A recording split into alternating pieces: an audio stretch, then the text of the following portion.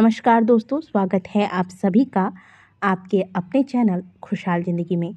दोस्तों, शारदीय नवरात्रि की आप सभी को ढेर सारी शुभकामनाएं।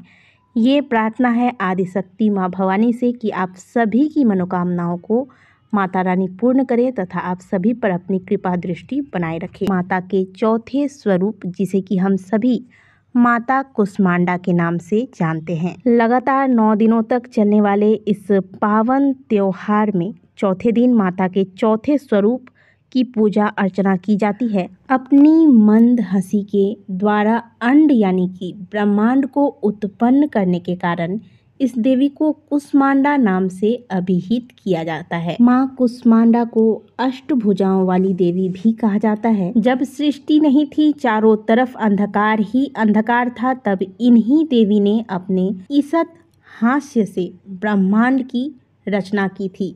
इसलिए इसे सृष्टि की आदि स्वरूपा या फिर आदि शक्ति कहा गया है। इस देवी की 8 भुजाएं हैं, इसलिए इन्हें अष्टभुजा वाली भी कहा जाता है। इनके 8 हाथों में कमंडल, धनुष, वान, कमल पुष्प, अमृत पूर्ण कलश, चक्र तथा गदा है। 8वें हाथ में सभी सिद्धियों और निधियों को देने वाली जप माला है। इस देवी के वाहन सिंह है और इन्हें कुम्हरे की बलि प्रिय है। संस्कृत में कुम्हरे को कुष्मांड कहते हैं, इसलिए इस देवी को कुष्मांडा नाम से जाना जाता है तथा इस देवी का वास सूर्यमंडल के भीतर लोक में है। सूर्यलोक में रहने की शक्ति क्षमता केवल इन्हीं के पास है, इसलिए माता के शरीर की कांति और प्रभा सूर्य की भांति ही दीप्तिमान है। इनके तेज से 10 दिशाएं आलोकित है। ब्रह्मांड की सभी वस्तुओं और प्राणियों में इन्हीं का तेज व्याप्त है। माता कुष्मांडा की विधि विधान से पूजा करने पर भक्तों को कम समय में ही कृपा का सूक्ष्म भाव अनुभव होने लगता है। ये देवी आदि व्याधियों से मुक्त करती हैं और उसे सुख समृद्धि उन्नति प्रदान करती है। अंततः इस देवी की उपासना में भक्तों को सदैव तत्पर रहना चाहिए।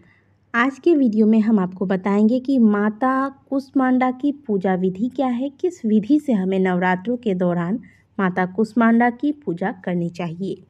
वैसे तो हम इन 9 दिनों में प्रतिदिन ही माता की पूजा में शामिल होते हैं, उनकी पूजा अर्चना करते हैं, लेकिन फिर भी जैसा कि इन 9 दिनों में माता के अलग अलग स्वरूपों की पूजा की जाती है, तो अलग अलग दिन अलग अलग स्वरूपों का ध्यान करते हुए, यानी कि जिस दिन जिस देवी की पूजा की जाती है उस देवी का ध्यान करने के पश्चात ही हमें अपने पूजा के क्रम को आगे बढ़ाना चाहिए।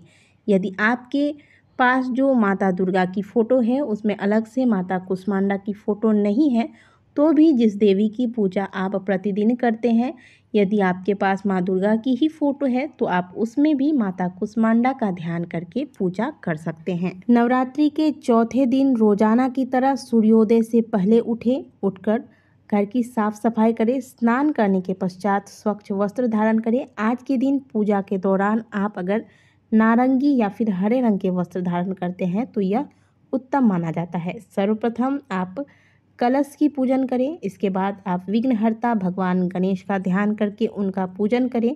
भगवान शिव की पूजा आराधना करें। नवग्रह आपने अगर स्थापित किए हैं तो नवग्रहों को पुष्प चढ़ाएं, उनकी भी पूजा करें। इसके बाद माँ कुष्मांडा की पूजा अर्चना की शुरुआत करें। माता को पंचामृत से स्नान कराएं, श्रृंगार करें, माता को तिलक लगाएं, सिंदूर चढ़ाएं, माता को अक्षत पुष्प की माला, अगर आज नारंगी रंग का कोई पुष्प आपको मिलता है तो इस पुष्प की माला बना के माता को अर्पित करें। साथ ही माता को यदि आप चाहें तो आज के दिन कुछ श्रृंगार की सामग्रियां भी अर्पित कर सकते हैं। आज के दिन विशेष में कुम्हड़ा, जो कि एक तरह का कद्दू होता है जिसे आप स्क्रीन पर देख रहे हैं, इसका पेठा तैयार किया जाता है। तो आज के दिन माता के जब चौथे स्वरूप की हम पूजा आराधना कर रहे होते हैं तो कुम्हड़े का पेठा माता को अर्पित करना बहुत उत्तम माना जाता है।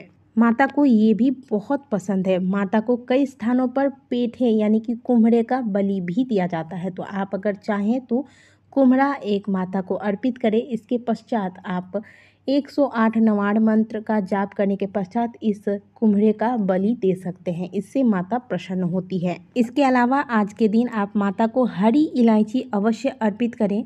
आपकी जितनी आयु है उस हिसाब से भी आप मान लीजिए आप 25 साल के हैं तो आप 25 हरी इलायची माता को एक एक करके माता के मंत्रों का जाप करते हुए माता को अर्पित करें। जैसे कि मंत्र आप कोई भी बोल सकते हैं, जैसे कि ओम दुम दुर्गाय नमः या फिर सर्वमंगल मांगल्ये शिवे सर्वार्थ साधिके शरण्ये त्र्यंबके गौरी नारायणी नमोस्तुते। इस प्रकार से माँ दुर्गा के कोई भी मंत्र का जाप करते हुए जितनी आपकी आयु है उस हिसाब से आप हरी इलायची माता को अर्पित करें। पूजा के पश्चात इस इलायची को हरे रंग के कपड़े में बांधकर अगली शारदीय नवरात्रि तक अपने पास आप रखें। माँ कुष्मांडा को मालपुए बहुत प्रिय हैं, इसलिए नवरात्रि के दिन उन्हें मालपुए का भोग लगाया जाता है।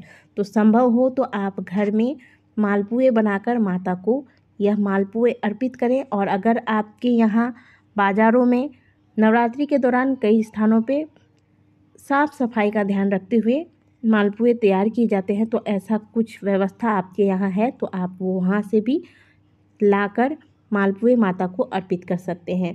इसके अलावा माता को आज के दिन चमेली के फूल, पीले रंग का कोई भी फूल चढ़ा सकते हैं, इससे देवी प्रसन्न होती है। आज के दिन माता की पूजा के दौरान आप माता के इस मंत्र का ध्यान करें। मंत्र है या देवी सर्वभूतेषु माँ कुष्मांडा रूपेण संस्थिता नमस्तस्यै नमस्तस्यै नमस्तस्यै नमो नमः।